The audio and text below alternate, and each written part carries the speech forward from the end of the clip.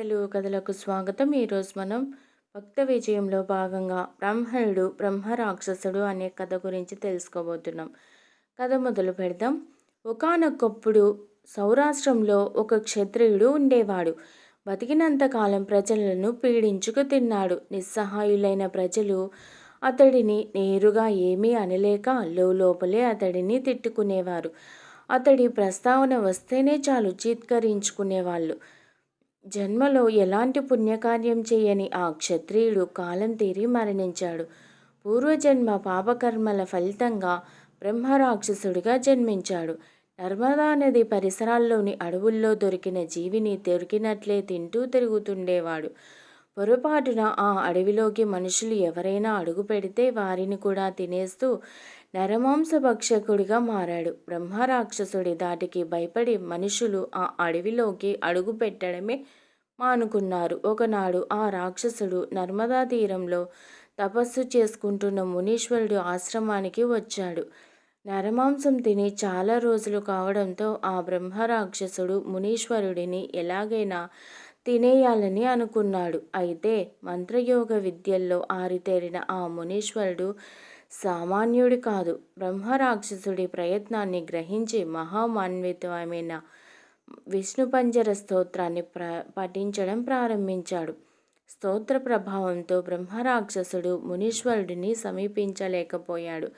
అయినా ఆశ చావని బ్రహ్మరాక్షసుడు అదును చూసుకొని మునీశ్వరుడిని తినేయాలనుకుని ఆశ్రమం బయటే కాచుకొని ఉన్నాడు. అలా 4 నెలలు గడిచిపోయాయి. అన్నాళ్ళు వేచి చూడటంతో బ్రహ్మరాక్షసుడి శక్తి క్షీణించింది.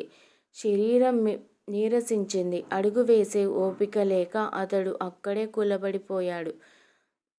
ధ్యానం నుంచి లేచిన మునీశ్వరుడు ఆశ్రమం వెలుపల కూలబడిన బ్రహ్మరాక్షసుడిని చూశాడు. అతడిపై జాలిపడ్డాడు. నీరసించిన రాక్షసుడు నెమ్మదిగా పైకి లేచి ఓపిక తెచ్చుకొని, మహాత్మా, నేను ఎన్నో పాపాలు చేశాను. అడవిలో తిరుగాడే జంతువులనే కాదు, అడవిలోకి అడుగుపెట్టిన ఎందరో మనుషులను కూడా చంపి తిన్నాను. నా పాపాలు తొలగిపోయే మార్గం చెప్పండి అని దీనంగా ప్రార్థించాడు. ఓయి రాక్షస, నరమాంస భక్షకులకు ఉపదేశం చేయను.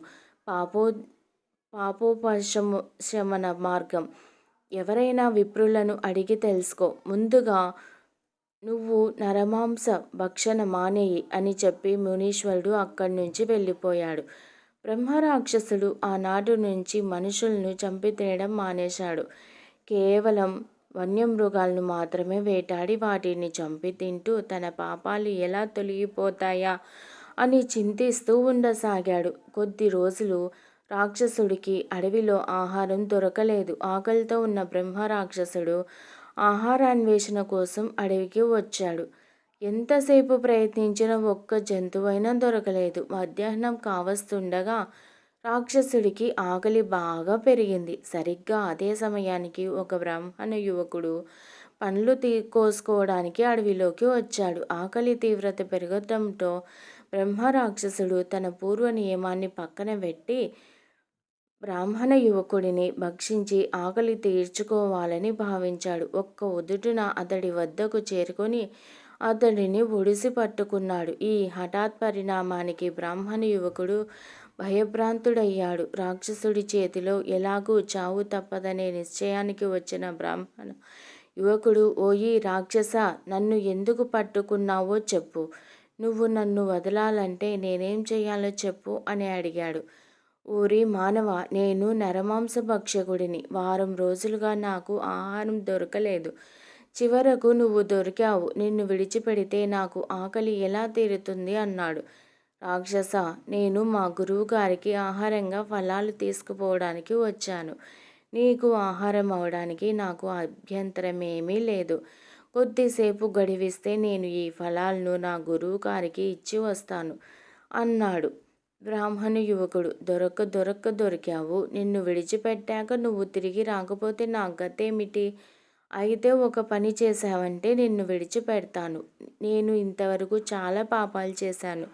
జాలి దయ లేకుండా ఎందరో మనుషులను చంపి తినేశాను. నా పాపాల నుంచి విముక్తి పొందే మార్గం చెప్పావంటే నిన్ను తినకుండా వదిలేస్తాను అన్నాడు. బ్రాహ్మణ యువకుడికి ఏమీ తోచలేదు. చివరకు తాను నిత్యం పూజించే అగ్నిదేవుడిని స్మరించుకున్నాడు. అతడి ప్రార్థనకు అగ్నిదేవుడు స్పందించాడు. అతడికి సాయం చేయమని సరస్వతీదేవిని కోరాడు. అగ్ని కోరిక మేరకు సరస్వతీదేవి బ్రాహ్మణ యువకుడికి మాత్రమే కనిపించి, నాయనా భయపడకు, నీ నాలుక మీద నిలిచి ఈ ఒక దివ్య స్తోత్రాన్ని పలికిస్తాను. అది విన్న రాక్షసుడు నిన్ను విడిచిపెడతాను అని చెప్పింది. సరస్వతీదేవి మాటతో ధైర్యం తెచ్చుకున్న బ్రాహ్మణ యువకుడు, ఓయి రాక్షస, నేనిప్పుడు ఒక దివ్య స్తోత్రం వినిపిస్తాను. ఈ స్తోత్రాన్ని త్రికాలాల్లోనూ పఠించావంటే నీ సమస్త పాపాలు నశించి తుష్టి పుష్టి శాంతి కలుగుతాయి అని చెప్పి తన నోట నిలిచిన సరస్వతీదేవి అనుగ్రహంతో విష్ణు సారస్వత స్తోత్రాన్ని ఆశువుగా పఠించాడు. బ్రాహ్మణ యువకుడు దివ్య స్తోత్రాన్ని బోధించగానే బ్రహ్మరాక్షసుడు ఎంతో సంతోషించి అతడిని తినకుండా వదిలేశాడు. బ్రాహ్మణ యువకుడు రాక్షసుడికి నీతులు బోధించి తన ఆశ్రమానికి వెళ్ళిపోయాడు. ఈ కథ మీకు నచ్చినట్లయితే ప్లీజ్ లైక్ చేయండి, షేర్ చేయండి. కమ్మటి తెలుగు కథల ఛానల్ను సబ్స్క్రైబ్ చేయండి. Thank you very much.